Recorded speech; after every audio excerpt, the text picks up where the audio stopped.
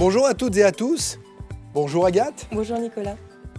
Aujourd'hui, droit international est à l'ordre du jour. Droit international parce que, à compter du 29 janvier 2019, entrera en vigueur le nouveau règlement européen.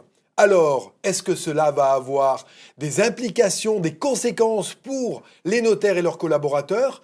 3 points, 3 questions me semblent essentielles, Agathe. Est-ce que vous pouvez nous en dire un peu plus? 3 points à voir en priorité. La première, date du mariage ou date de la conclusion du Pacs. Est-ce qu'il y a eu par ailleurs, deuxième point, un changement de résidence? Est-ce qu'ils ont déménagé à l'étranger? Et enfin, troisième point, est-ce qu'il y a eu une désignation de loi applicable? Alors, concernant la date du mariage, est-ce qu'ils se sont mariés avant le 1er septembre 92? Et là, c'est le droit commun. Entre le 1er septembre 92 et le 29 janvier 2019, ils resteront soumis à la Convention de La Haye que vous connaissez déjà. Et pour les unions à compter du 29 janvier 2019, entrera en vigueur le règlement européen. S'agissant du Pacs, c'est plus simple, vous aurez que 2 dates. Avant le 29 janvier 2019, Code civil, article 515 et suivant. Après le 29 janvier 2019, règlement européen.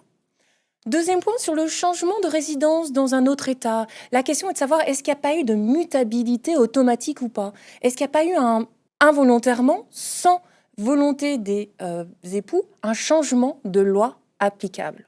Et enfin, nous souhaitons juste attirer votre attention sur la question, troisième point, de la désignation de la loi applicable. Puisque si vous procédez à une désignation de loi applicable après le 29 janvier 2019, on sera soumis au nouveau règlement européen, quand bien même ils ont été mariés avant cette date. Alors, merci Agathe pour ces précisions. On le voit, ces questions vont non pas s'adresser aux clients que vous avez l'habitude de voir régulièrement et qui habitent depuis 50 ans dans la même commune, bien entendu, mais ces clients nouveaux qui viennent vous voir, dont vous ne connaissez qu'un historique matrimonial partiel, vous devez impérativement vous préoccuper de ces aspects. Un grand merci Agathe. Vous pouvez retrouver l'ensemble de ces éléments sur fiducial.fr. Vous retrouverez également, bien entendu, les clauses adéquates dans vos différentes solutions informatiques.